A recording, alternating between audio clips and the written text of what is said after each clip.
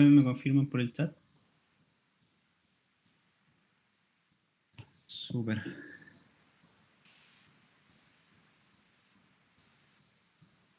Bueno, lo primero, darles la bienvenida, segunda clase. Ok. La clase de hoy vamos a trabajar en continuar con la introducción a la auditoría de estados financieros. La presentación que voy a revisar está ya disponible en el aula virtual. Y después va a estar también el video. No sé por qué el video de la clase 1 no tiene audio.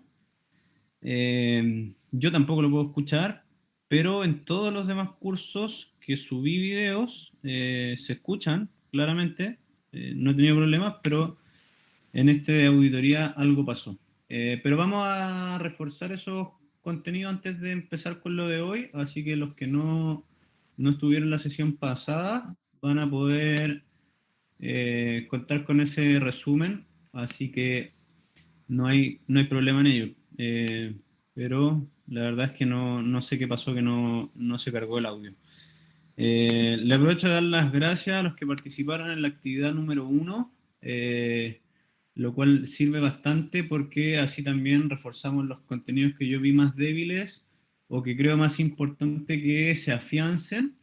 En general fueron muy buenos los resultados de quienes participaron. Yo alcancé a revisar algunos de los que ustedes tenían que escribir. No lo sé si a ustedes les llega una notificación por eso. Si a alguien le haya llegado, me puede comentar. Pero en muchos casos les di retroalimentación. Entonces, si es que no les llega notificación, quizás pueden ver su intento. Porque yo al revisarlo puedo escribir y voy revisando y les dejo algunos mensajes. Entonces, si es que no les llega una notificación, les pido que ingresen y vayan viendo las cosas que se equivocaron o que son mejorables. En general no hubo errores muy grandes, pero sí hubo algunos conceptos que hay que afianzar y vamos a trabajar la clase de hoy. Voy a compartir la presentación, por lo tanto voy a salir de esta ventana. Si necesitan que acepte a alguien o alguien tiene una duda, por favor habilite el micrófono y me lo dice, ¿ya? Porque no voy a tener acceso a esta pestaña por unos momentos, ¿ya? Así que por favor, si alguien necesita algo en particular, eh, habilita el micrófono.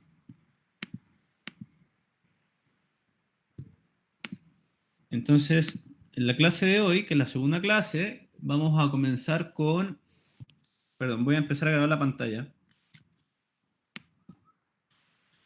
Vamos a comenzar con un resumen de lo que fue la sesión anterior, donde en primer lugar desarrollamos este concepto de auditoría de estados financieros, que lo resumimos básicamente en una técnica profesional que estaba normada, y en el caso de Chile la normativa estaba establecida por el Colegio de Contadores.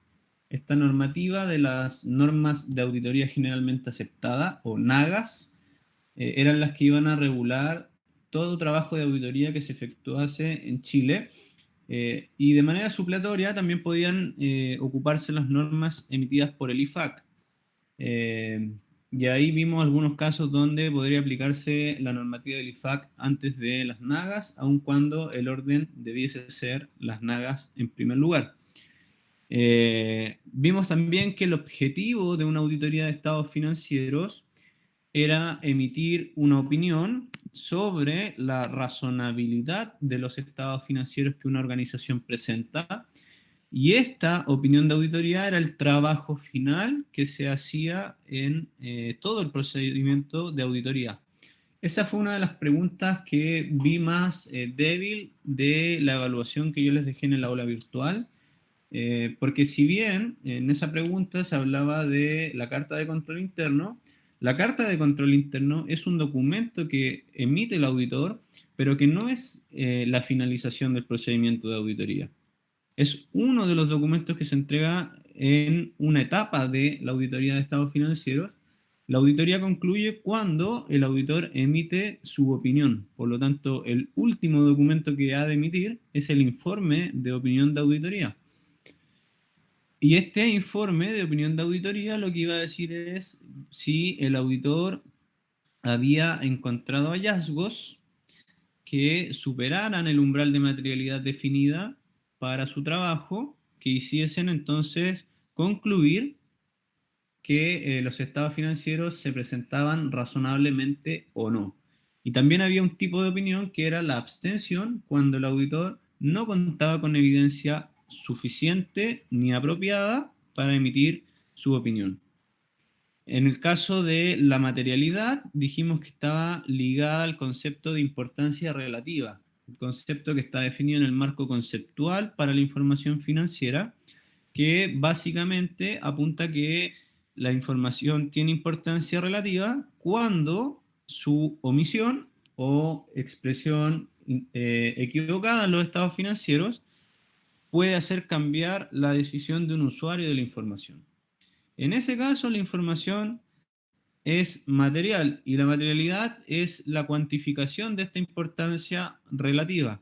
Por lo tanto, el auditor, dependiendo cada empresa, iba a definir un umbral de materialidad, que iba a ser el límite máximo de errores que iba a tolerar el auditor para afirmar que los estados financieros se presentaban de manera razonable.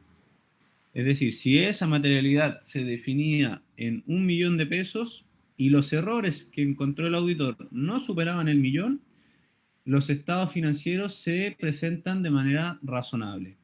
Si los superan, el auditor tendría que concluir una opinión con salvedades, donde los estados financieros se presentan con representaciones incorrectas significativas. Y esa opinión se iba a basar en la evidencia de auditoría que el auditor podía recopilar a lo largo de su trabajo, que consistía básicamente en toda aquella información necesaria para poder llevar a cabo la auditoría, como por ejemplo los registros contables, los libros auxiliares, la documentación de respaldo asociada al proceso. Todo ese tipo de evidencia de auditoría iba a ser la que iba a sustentar la opinión del auditor en este trabajo de auditoría. Y básicamente en eso se basó la primera clase, con mucho más detalle, pero respecto a lo que vi de las evaluaciones de la actividad número 1, creo que el principal consejo, más que crítica, es que en la auditoría de estados financieros nosotros no podemos afirmar eh, cosas como que los estados financieros están buenos, están malos. Ese tipo de afirmaciones tan categóricas, un auditor no las puede realizar. Ya les comentaba yo la semana pasada de que el auditor tiene muchas limitaciones en su trabajo, limitaciones por tiempo, por recursos, porque el auditor no revisa el 100% de la información contable, generalmente se hace un trabajo de muestreo. Por lo tanto, yo no puedo concluir tan categóricamente que los estados financieros están bien o mal. Lo que se hace es definir esta materialidad donde yo defino un límite máximo de errores tolerables. Por lo tanto, afirmo acerca de la razonabilidad. Es decir, considerando un cierto margen de error, estos estados financieros se presentan razonablemente de acuerdo a las normas de preparación y presentación que utilice la organización. Lo más común, las normas IFRS. Entonces, ese es un primer consejo. Hay que tener cuidado con las afirmaciones que hacemos en procesos de auditoría. No podemos ser tan categóricos. Sí, hablar de razonabilidad, dentro de un margen de errores, ese tipo de conceptos sí. Entonces, en general las definiciones de opinión de auditoría, las que pudieron tener algún comentario, iba ligado a este uso de las palabras adecuados, pero más allá de eso, siento de lo que alcancé a revisar que la mayoría entendió el concepto, y eso es importante. Eh, y la evidencia, no hubo grandes problemas, todos entendieron que era aquello que el auditor utilizaba para dar su opinión y sustentar su trabajo. Pero como les reitero, lo importante es no usar frases tan categóricas en procesos de auditoría, porque el auditor no está en condiciones de hacer ese tipo de premisas.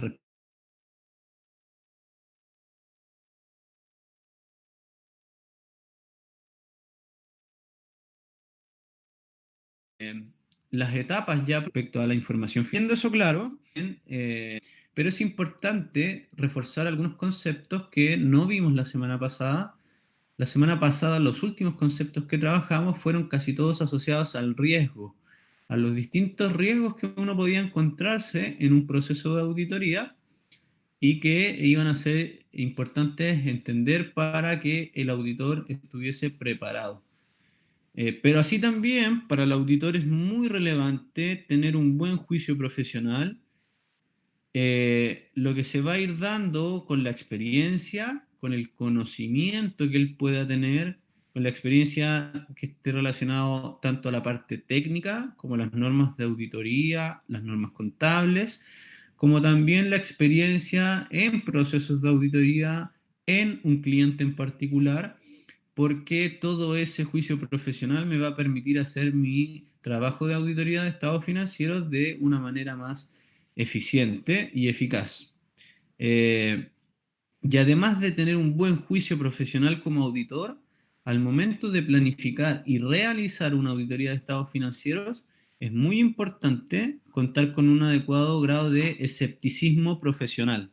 Y eso sí que es muy relevante porque el escepticismo profesional tiene que ser lo más importante en un proceso de auditoría. Es la actitud que incluye, como dice ahí, una mente cuestionadora.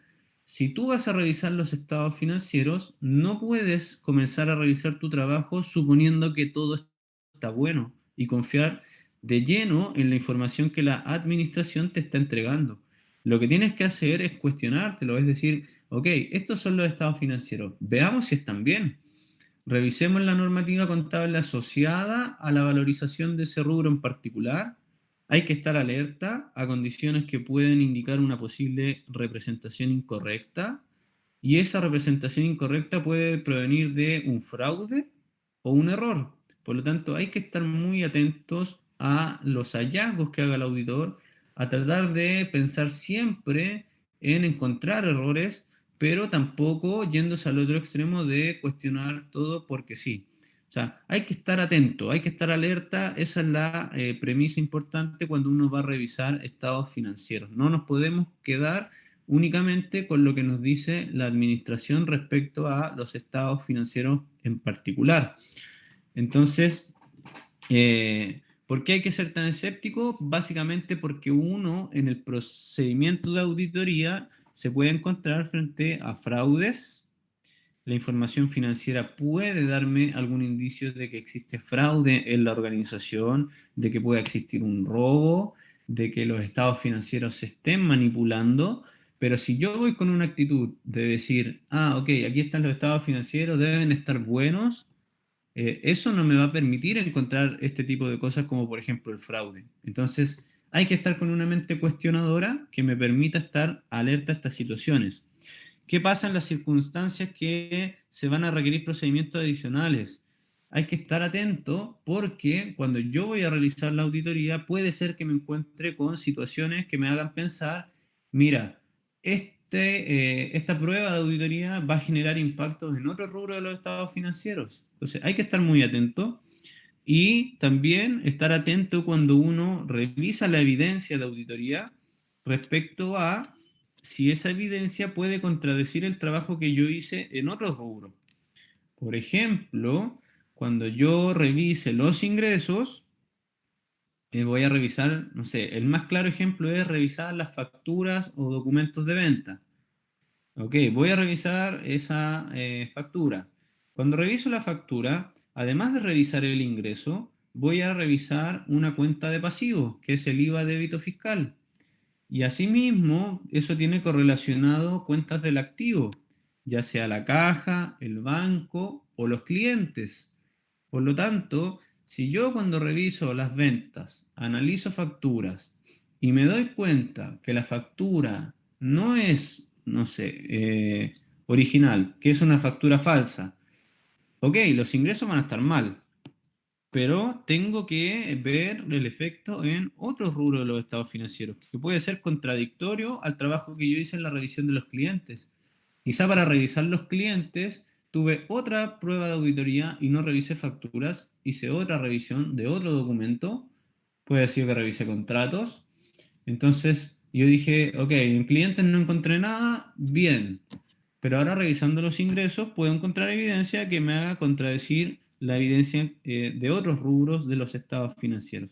Entonces hay que tener muy en consideración este escepticismo profesional, ir atento, ir cuestionador, cuando uno está haciendo una auditoría de estados financieros. Nada saco si voy a ir con una mentalidad de aprobar todo aquello que me entreguen, aun cuando suele ser una trampa que uno mismo se pone como profesional pensando en lo escaso del recurso tiempo cuando uno tiene que hacer las auditorías de estados financieros. Pero es importante que ustedes sepan que siempre estos dos eh, conceptos tienen que estar muy presentes en todo el procedimiento de auditoría. Hoy día vamos a ver las distintas etapas y en todas esas etapas es importante que haya un buen juicio profesional y que el auditor actúe con escepticismo. Antes de entrar a las etapas, eso sí, vamos a ver un concepto que la semana pasada lo nombramos, pero que no desarrollamos eh, en profundidad, y es las responsabilidades que existen en el procedimiento de auditoría de estados financieros. Cuando hacemos una auditoría de estados financieros, existe una responsabilidad del auditor, que es quien va a realizar la auditoría, pero también existe una responsabilidad de la administración, es decir, de la empresa que está siendo auditada. Por de pronto, la administración es responsable de preparar y de presentar los estados financieros. Yo les decía la semana pasada que el auditor no prepara el balance, no prepara el estado de resultados, él lo revisa. Y si él lo revisa, alguien tiene que hacerlo, y este alguien es la administración. Por lo tanto, él es el responsable de esa preparación. Si el auditor encuentra errores, los errores fueron de la administración. Y es muy importante recordar que cuando analizamos las opiniones de auditoría en la sesión pasada, revisamos, recuerden ustedes, una administradora de fondos de pensiones y el Club de Deportes Santiago Wanderers. Y en todas las opiniones de auditoría venía un párrafo de responsabilidad. La responsabilidad de la administración y la responsabilidad del auditor. Otra responsabilidad de la administración es diseñar, es decir, pensarlo e implementar, ejecutar un sistema de control interno que sea pertinente para preparar y presentar los estados financieros de forma razonable. Esto, recuerden ustedes, asociado a las actividades de control, por ejemplo, en los ciclos de venta, en los ciclos de tesorería, la organización tiene que tener un control interno asociado a estas partidas, porque si no los hay, puede ser que los estados financieros presenten representaciones incorrectas. Entonces, además de preparar los estados financieros, la administración tiene que diseñar un proceso de control interno que le permita que esos estados financieros sean razonables. Si yo no tengo controles asociados, por ejemplo, al manejo de inventarios, puede ser que muchos inventarios, dependiendo la naturaleza del inventario, se echen a perder, se pierdan, se evaporen y por lo tanto eso va a tener impactos en los estados financieros. ¿Por qué? Porque cuando el auditor vaya a revisar los inventarios, va a contrastar lo que dice la contabilidad con lo que hay realmente. ¿Qué pasa si yo no tengo un control interno adecuado en la bodega? Puede ser que me hayan robado inventarios, que se hayan echado a perder. Entonces, si la contabilidad no está preparada de manera adecuada con un control interno que lo respalde, puede decir que en la contabilidad diga que hay 1000 productos de inventario cuando en verdad solo hay 500. Y esa diferencia de 500, si no hay un adecuado control interno, la empresa no lo va a notar Por lo tanto, va a tener sus inventarios sobrevalorados y el hallazgo lo va a hacer el auditor. Pero el auditor no es responsable de que no haya un control interno. Esa responsabilidad de diseñar e implementar el control interno es de la administración.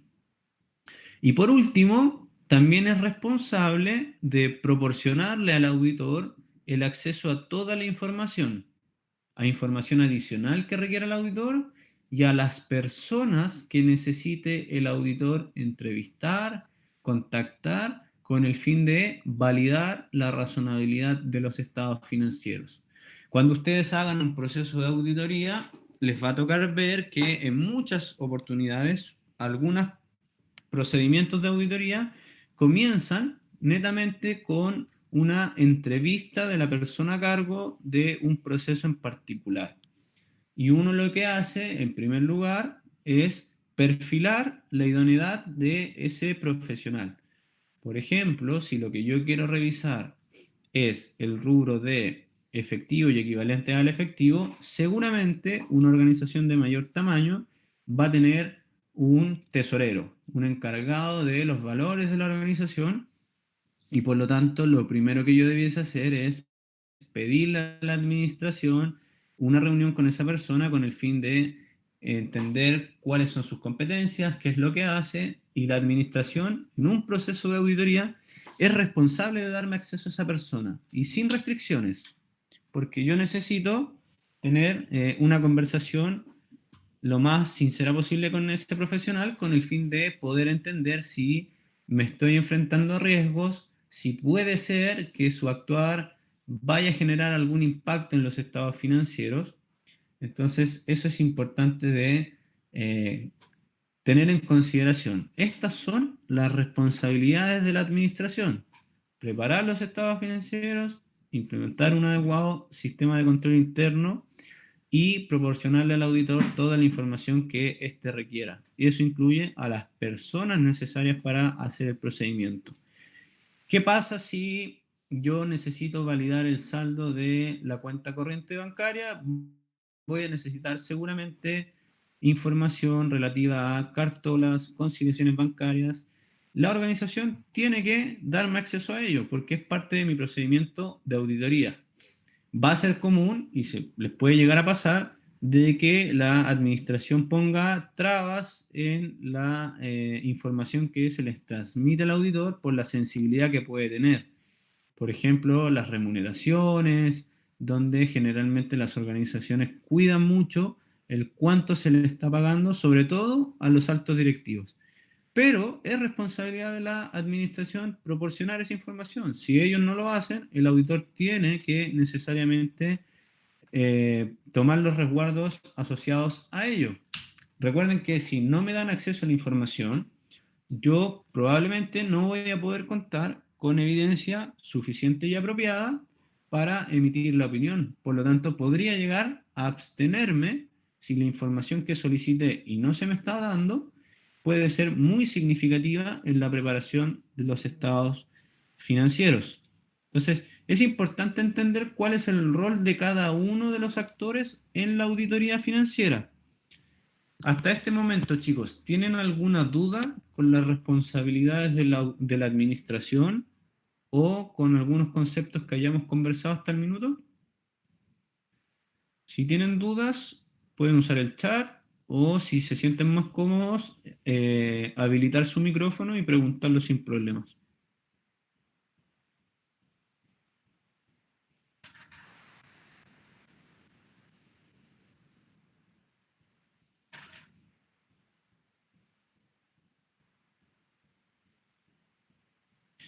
Carla, plantéalas, no te preocupes, plantéala por ahí por el chat.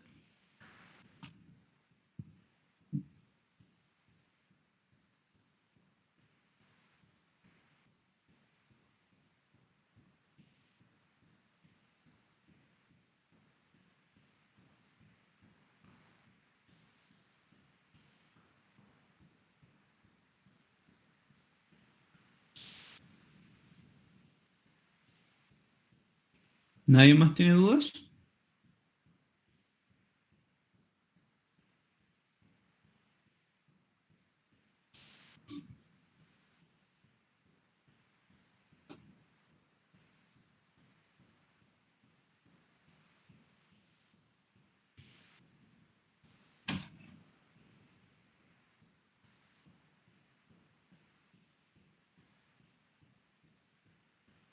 La sección 200.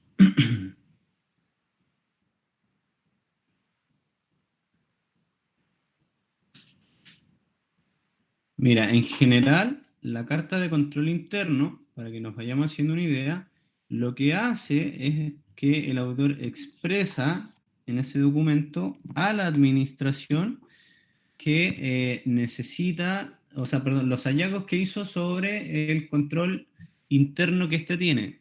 Y generalmente uno también ahí concluye, ¿sabes qué? Tu control interno es aceptable o no aceptable, o encontramos algunos problemas en este control interno, o sobre algunas actividades en particulares. Y eso va a tener implicancias, vamos a ver, en cómo yo diseño la auditoría después. Pero generalmente, bueno, hay una parte de la expresión de este juicio profesional. Ahora, en general, el juicio profesional, y como lo tratan las nagas, cuando tú haces procedimientos de auditoría, debes documentar ese juicio profesional, pero más allá de eso es, en el fondo, para justificar la decisión que tú has tomado. Te lo pongo en un ejemplo. Si yo voy a revisar, por ejemplo, las propiedades, plantas y equipo, cuando voy a revisar las propiedades, plantas y equipo, tengo que ver un procedimiento de auditoría tal que me permita validar ese saldo. Cuando voy a validar ese saldo, tengo que ver una forma de hacerlo. Puede ser que yo vaya, no sé, en una empresa de buses, vaya y haga un procedimiento de observación físico, ir y ver que están los buses que dice la contabilidad, contarlos, ¿te das cuenta? Ahora, ¿por qué hiciste ese procedimiento de auditoría y no revisaste las facturas de compra de los buses? Ahí hay juicio profesional. Y eso el auditor tiene que documentarlo. ¿Por qué lo hizo? ¿Por qué hiciste ese procedimiento y no otro? Y esos son documentos de trabajo interno del auditor. Generalmente no se le van a pasar esa justificación particular a la administración, pero va a quedar respaldado. ¿Por qué? Porque las auditorías estaban reguladas en Chile y en algún momento puede pasar que una mala opinión genere grandes consecuencias. Entonces, cuando eso pase, el auditor tiene que mostrar esta documentación y decir, bueno, ¿sabes qué? Mira, este fue el juicio profesional que me hizo tomar esta decisión. Bueno o malo, lo jugará el tiempo y lo jugarán las consecuencias que tenga esa decisión del auditor. Pero básicamente cuando las nagas hablan sobre documentar ese juicio profesional, dice relación con dejar un sustento físico que sustente las decisiones que ese auditor tomó para realizar un procedimiento en particular. Y la carta de control interno es básicamente el análisis que hizo el auditor respecto al control interno de la organización, cosa que vamos a ir aprendiendo durante esta clase y las clases siguientes. De hecho, el control interno va a ser una unidad de este curso. Por lo tanto, ahí vamos a aprender cómo se documenta eso. No sé si queda clara la respuesta, Carla. ¿Lo puedes confirmar?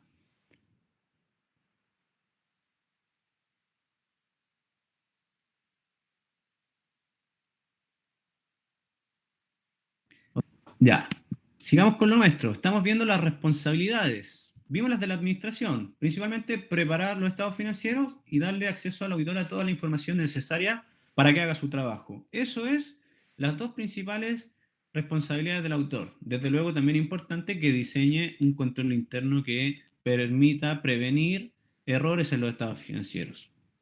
Por el lado del auditor, también tiene responsabilidades. La primera es ejercer el juicio profesional y el escepticismo. Es decir, todo tu conocimiento ponlo en función de la auditoría de estos estados financieros. Y eso es una responsabilidad tuya. Tienes que hacerlo de manera profesional y tienes que ser escéptico. ¿Por qué? Porque tú lo que estás haciendo es validar la razonabilidad de esos estados financieros. Si tú no eres escéptico, puede ser que la opinión sea sin salvedades cuando hay errores significativos que le harían ser con salvedades, por ejemplo. Entonces, es responsabilidad del auditor tener un adecuado juicio profesional y ser escéptico en el trabajo que está realizando. Además, es responsabilidad del auditor identificar los riesgos que podrían generar errores significativos en los estados financieros. Yo soy quien reviso, por lo tanto, yo soy quien tiene que identificar los riesgos que hayan asociados a ello. Y evaluar esos riesgos. ¿Cuál va a ser el impacto que generan? ¿Cuál es la probabilidad de que ocurran esos riesgos que yo identifico? Y una vez identificados esos riesgos, contar y obtener con la evidencia necesaria para hacer la auditoría. Evidencia que debe ser suficiente en cantidad y apropiada en calidad. Y una vez que yo haga todo esto, la última responsabilidad del auditor, y quizás la más importante, es emitir la opinión. Yo no puedo terminar el trabajo de auditoría y no emitir una opinión, aun cuando el día de mañana les va a tocar ver que eso es común, que uno se retrase, pero yo no puedo haber trabajado todo un año para no emitirla. Si no conté con la evidencia, me abstengo, pero eso es una opinión igual, pero yo tengo la responsabilidad de emitir la opinión.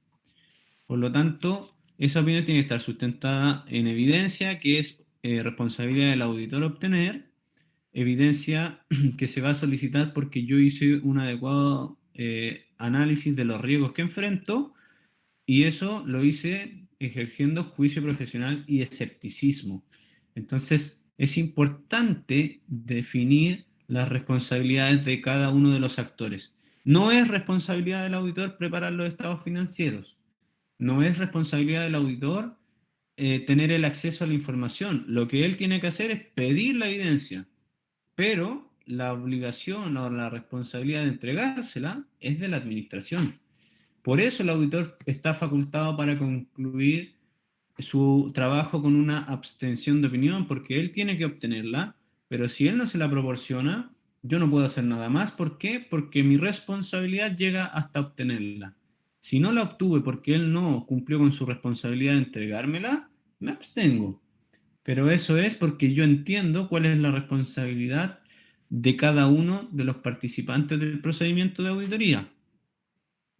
Respecto a las responsabilidades del auditor, ¿queda alguna duda?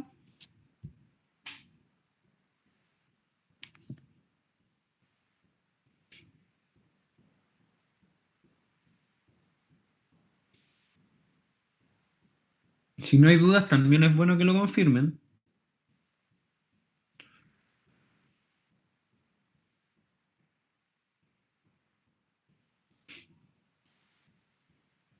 Ok, gracias Felipe. Entonces, hemos entendido cuáles son las responsabilidades que tiene cada uno en el proceso de auditoría. Lo que toca ver ahora entonces es esta figura que esquematiza un poco cómo es el proceso de planificación, aun cuando el proceso de planificación va a tener distintas etapas. Pero les adelanto un poco cómo funciona el trabajo de la auditoría. Cuando uno ya fue contratado, ha entendido parte del negocio, uno tiene dos opciones de realizar la auditoría. Un enfoque en controles y un enfoque sustantivo. El enfoque en controles tiene más pasos previos, pero busca que cuando llegue la hora de validar el saldo del estado financiero del rubro en particular, el trabajo sea más pequeño que el enfoque sustantivo. ¿Por qué? Porque el enfoque en controles lo que va a hacer es dedicar la atención del auditor en el proceso de control interno que tiene la organización. Si la organización tiene un adecuado control interno, eso el auditor lo va a evaluar. Si el resultado de esa evaluación es favorable, es decir, hay un control interno, hay controles definidos, hay responsables asignados, hay una frecuencia para los controles son preventivos, eh, conceptos que ustedes han visto en cursos de administración, ¿cierto? Si yo puedo validar eso, que el entorno de control de la organización es bueno, eso me permite a mí suponer que la contabilidad no debiese tener mayores problemas. ¿Por qué?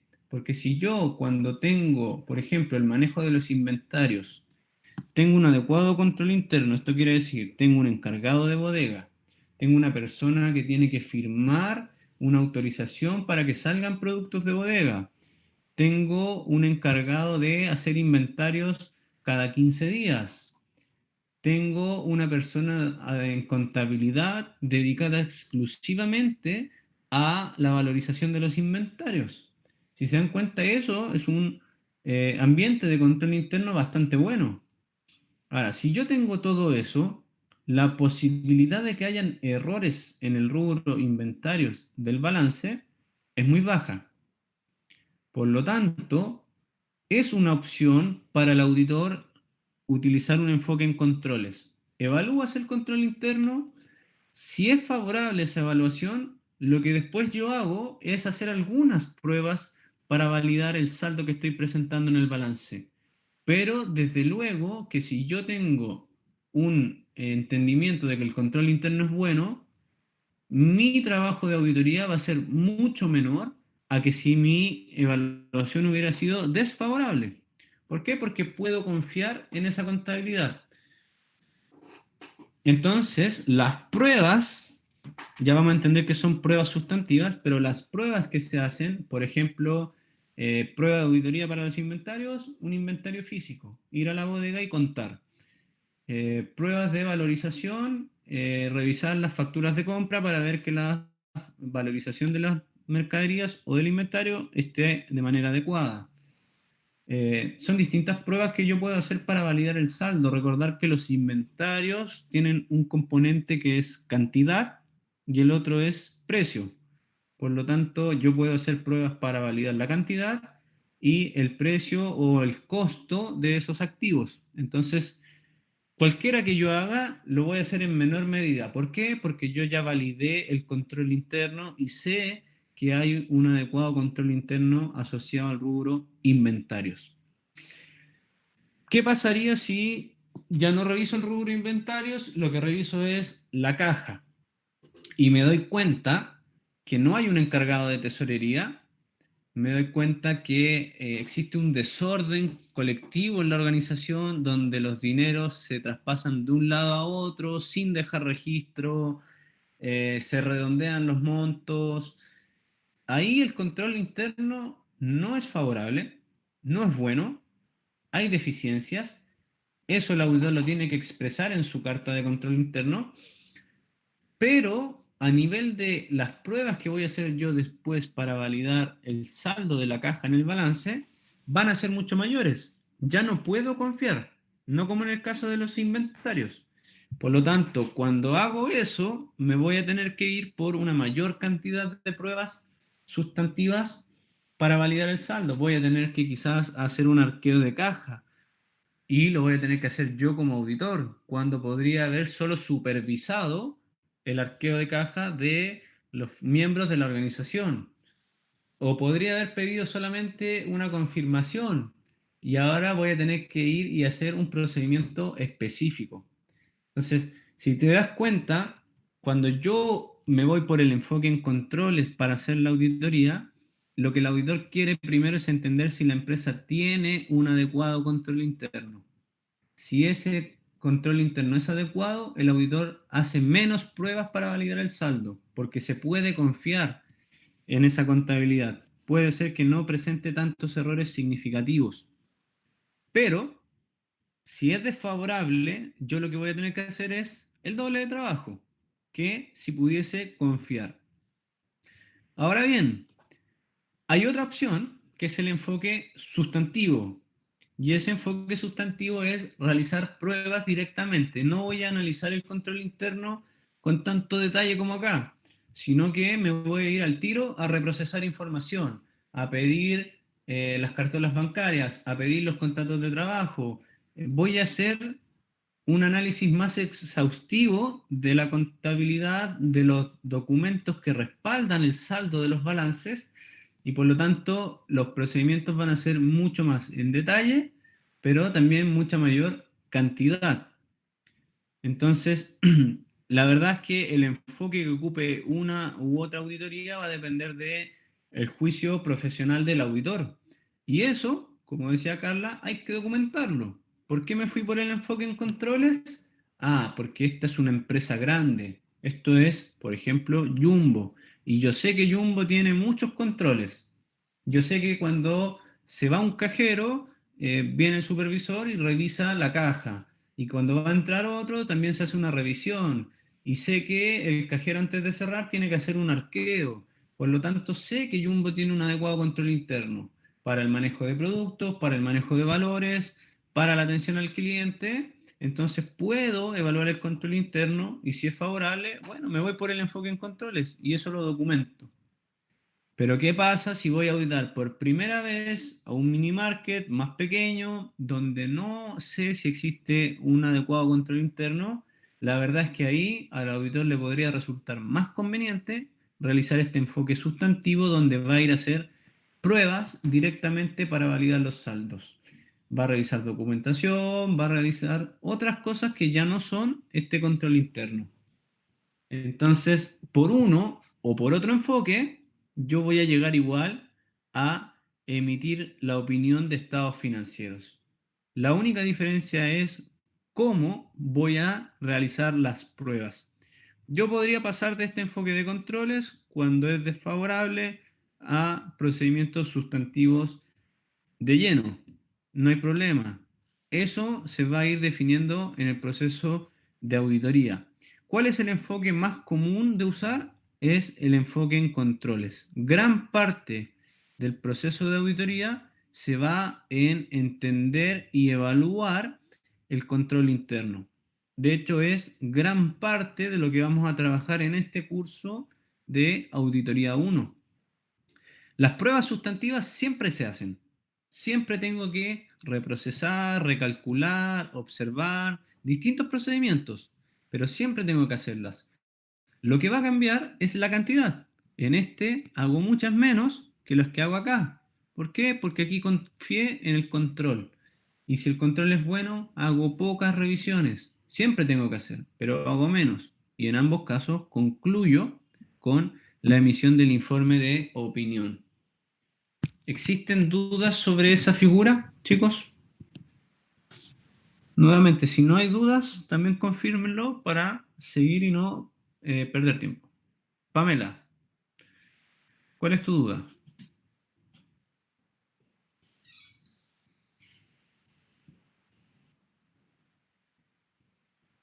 Sí, siempre las decisiones que tiene que tener, que va a tomar el auditor, es importante justificarlas. Por eso, este tema de documentar el juicio profesional.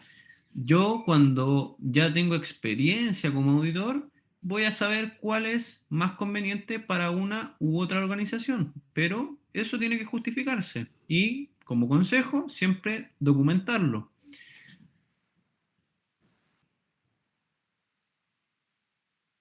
¿Queda claro?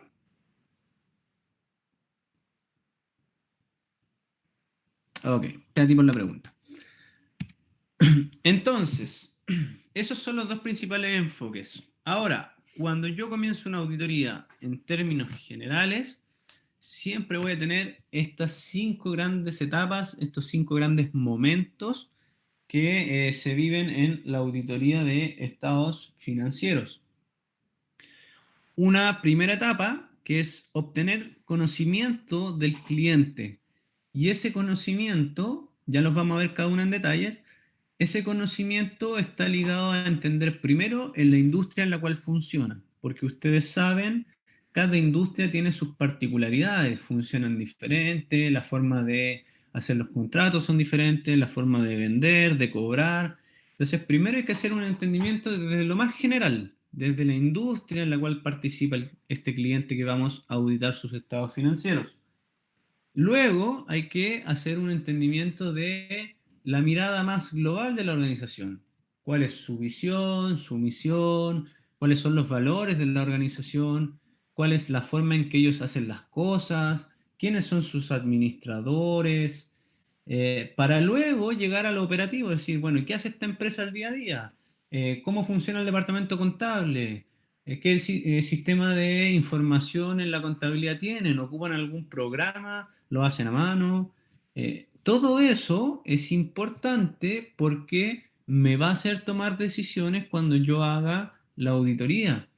Recién les daba el ejemplo de qué pasa cuando voy a auditar Jumbo. Bueno, primero tengo que entender Jumbo, cómo funciona. Cuando lo conozco, puedo tomar una decisión del tipo, me voy a ir por enfoque en controles o me voy a ir por enfoque sustantivo, pero requiero previamente un entendimiento del negocio. Entonces, siempre eso tiene que ser lo primero que ustedes hagan al diseñar, planificar una auditoría de estados financieros. Y a ustedes como profesionales, cuando tengan que ir a hacer la auditoría, o en sus prácticas profesionales, es entender a qué negocio estoy yendo. ¿Cuál es esta empresa? ¿A qué se dedica? ¿Quiénes son sus clientes? ¿Quiénes son sus proveedores? ¿Cuál es el segmento al cual apunta? Todo ese tipo de cosas. ¿Por qué? Porque todo eso puede ir generando riesgos, puede tener implicancias en los estados financieros. Desde luego que no todas las organizaciones la contabilidad es igual, tiene sus particularidades, entonces es importante esta obtención del conocimiento. Luego viene la planificación, ya definir qué enfoque me voy a, en cuál enfoque me voy a basar, cuántas horas de trabajo necesito, cuántas personas necesito en un equipo de auditoría, todo ese tipo de cosas ya más de la definición estratégica del cómo voy a hacer la auditoría, vendría siendo esta segunda etapa. Y está directamente relacionada a obtención del conocimiento. Si yo sé que puedo confiar en los controles de la organización, seguramente voy a necesitar menos gente en el equipo de auditoría que si no pudiese confiar en los controles. Por lo tanto, es importante a la hora de planificar y definir la estrategia haber hecho un buen entendimiento. Como tercera etapa es evaluar y comprender la estructura del control interno, lo que estábamos hablando recién. Ahí es donde viene la parte fuerte. ¿Cuáles son los valores de la organización? ¿Cuáles son las metodologías con las cuales ellos interactúan entre colaboradores de la organización? Todo lo que tenga que ver con el control interno. ¿Hay controles? ¿No hay controles? ¿Qué tipo de controles? ¿Cada cuánto se hacen? ¿Quedan documentados? ¿No hay documentación? Todo eso yo tengo que preguntármelo en esta gran etapa, que va a ser gran parte de lo que nosotros vamos a ver en este curso. Luego, una vez que ya evalué el control interno, yo lo que voy a hacer entonces es aplicar las pruebas sustantivas. ¿Para qué? Para validar ya los saldos de los estados financieros. Recién ahí ingreso a hacer el trabajo más fuerte y más duro que hace un auditor, que es validar los saldos. ¿Y para qué? Para concluir con la última gran etapa, que es emitir el informe de auditoría de los estados financieros. Entonces, vamos a hacer ahora una pausa hasta las 15:35 y en esta pausa descansamos, volvemos 15:35. Yo voy a dejar la sesión abierta, solamente silenciar el micrófono y 15:35 retomamos. ¿Ok?